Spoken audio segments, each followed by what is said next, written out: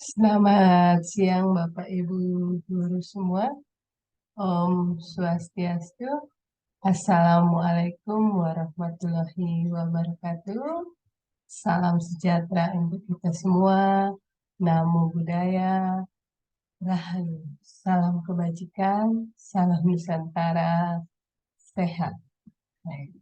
Berjumpa lagi bersama saya, Bu Asri, salah satu guru food Indonesia Emas, akan mendampingi Bapak Ibu Guru 1 jam ke depan. Apa kabar Bapak Ibu Guru semua hari ini?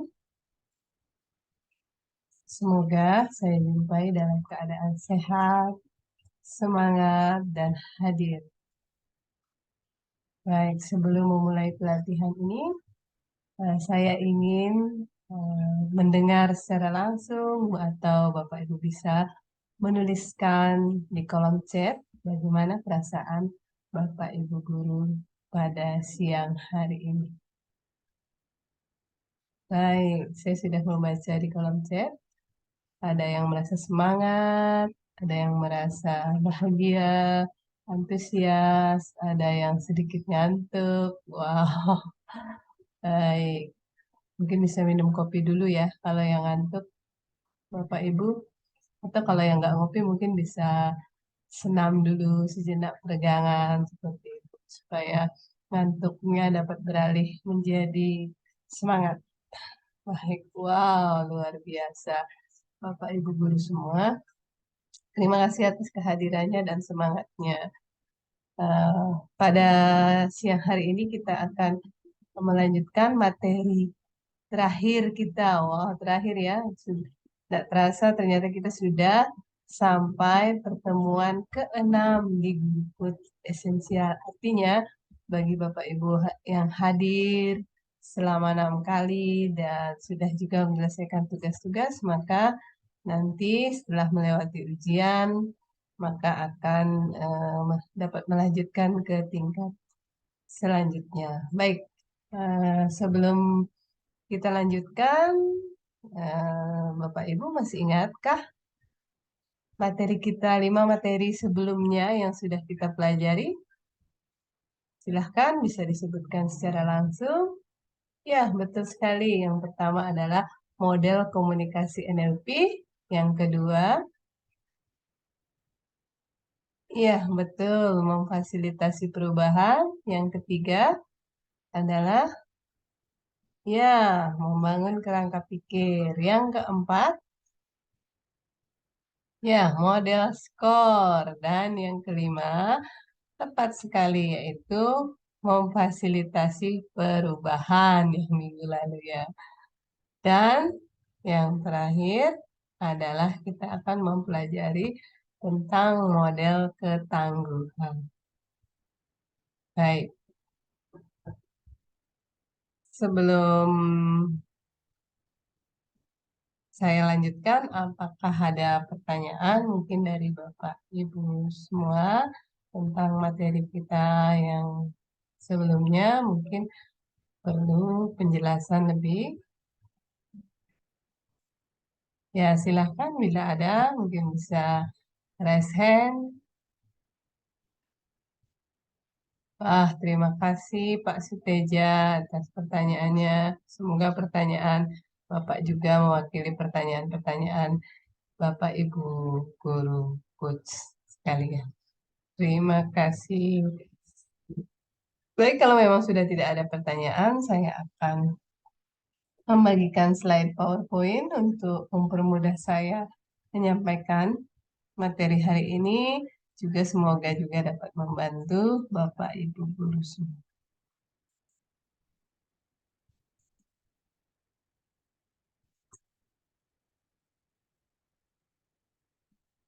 Apakah slide PowerPoint saya sudah dapat terlihat oleh Bapak Ibu guru semua?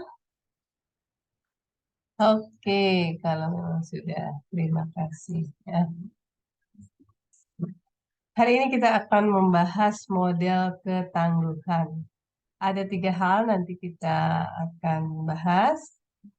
Yang pertama yaitu apa itu model ketangguhan. Dan hari ini kita akan khusus membahas tantangan intelektual. Kemudian, apa itu tantangan intelektual? Kemudian, mengapa kita penting mengetahui atau mempelajari tantangan intelektual tersebut. Baik,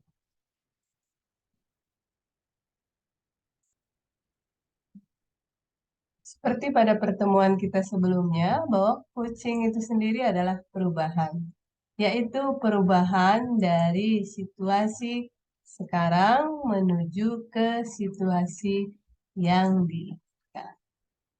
Nah, dalam coaching itu ada 3 hal yang penting, yaitu langkah, sumber daya, dan tujuan. Tujuan, langkah, sumber daya. Baik.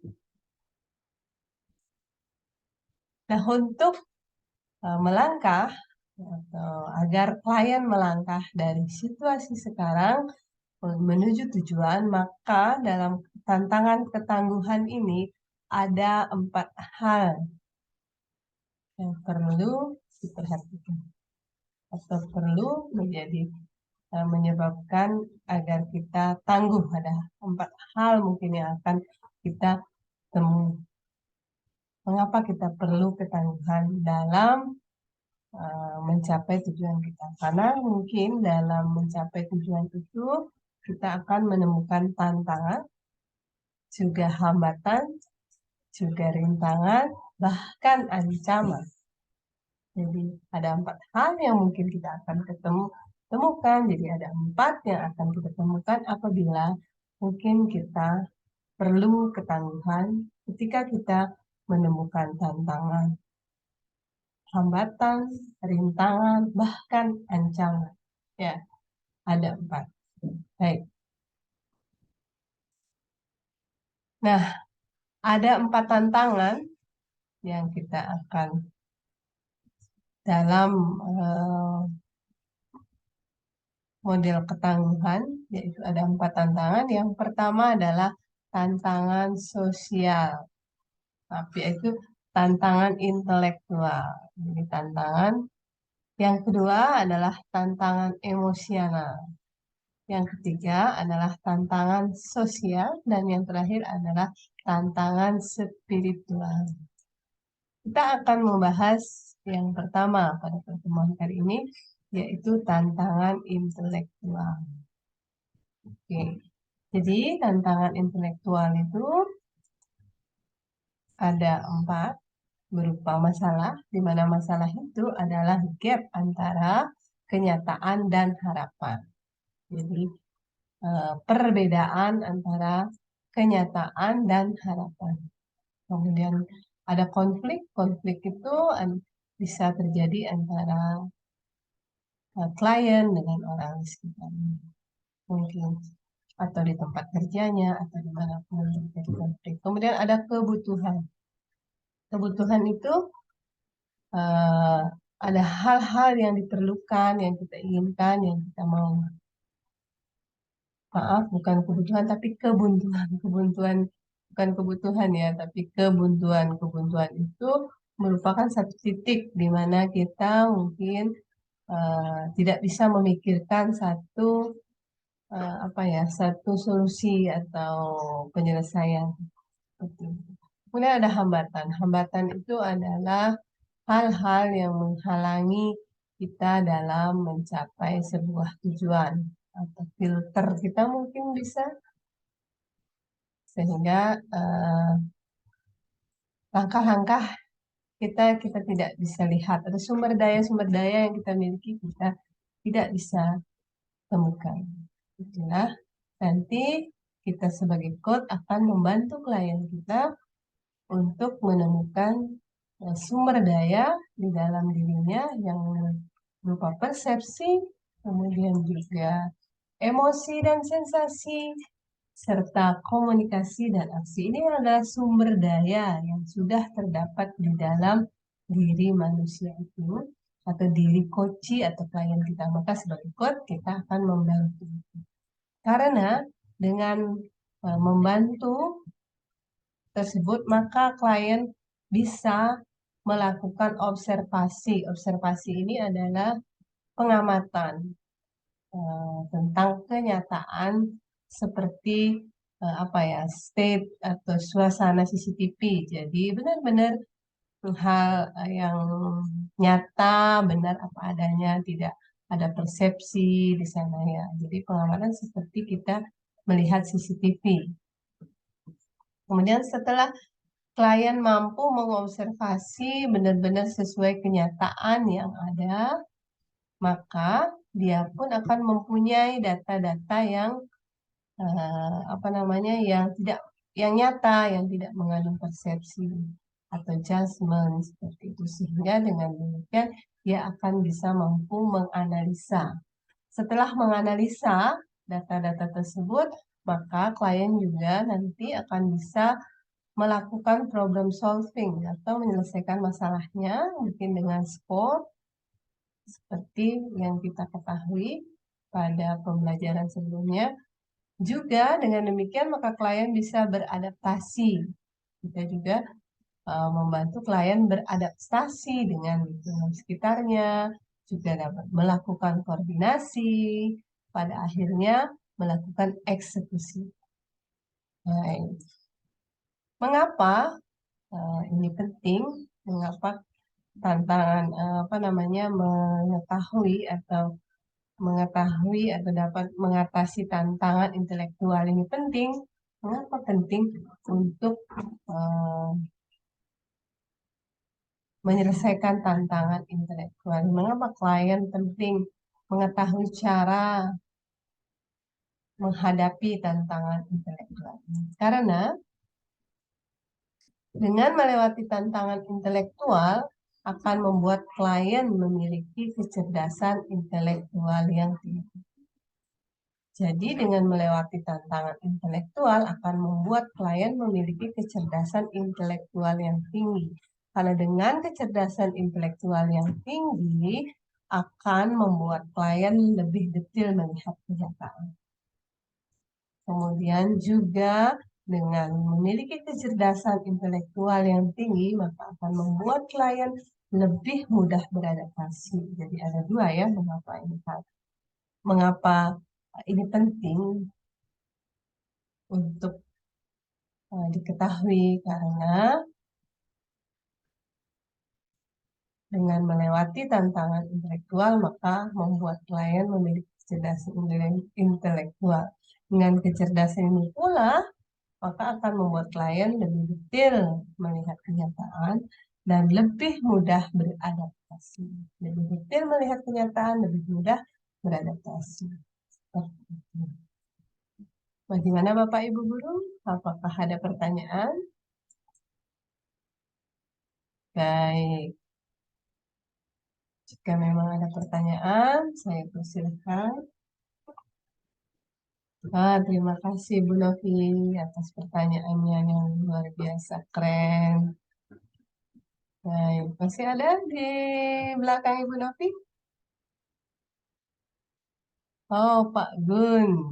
Pak Gun, silahkan Pak Gun. Saya mohon maaf, eh, apa kadang kamera saya stuck, jadi saya perlu off kan sejenak, kemudian saya aktifkan lagi. Mungkin ada gangguan dari ini ya, dari Zoom-nya. Saya belum dapat mengatasi, hanya yang saya mampu atasi dengan menghentikan sejenak, kemudian lagi kembali. Semoga ini tidak mengganggu ya Bapak Ibu. Baik. Apakah masih ada pertanyaan di belakang Ibu Novi? Baik, Pak Yohanes, terima kasih. Semoga pertanyaan Ibu Novi dan Pak Yohanes juga telah mewakili pertanyaan Bapak Ibu yang lain.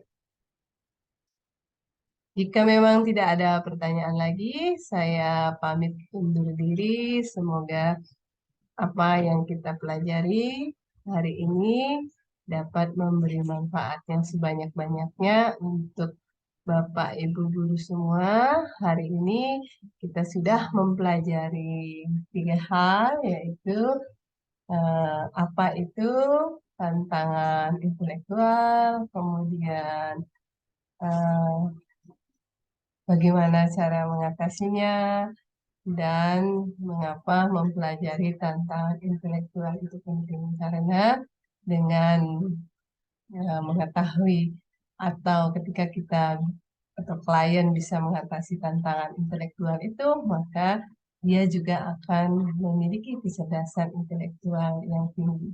Dan dengan memiliki kecerdasan intelektual yang tinggi, maka klien nanti akan mampu melihat kenyataan lebih detail, kemudian juga lebih mampu beradaptasi. Wow, luar biasa ya. Selamat siang Bapak Ibu Guru semua. Om Santi, Santi, Santi. Wassalamualaikum warahmatullahi wabarakatuh. Salam sejahtera untuk kita semua. Sampai jumpa pada pertemuan yang ketujuh. Baik, saya pamit undur diri Bapak Ibu ya.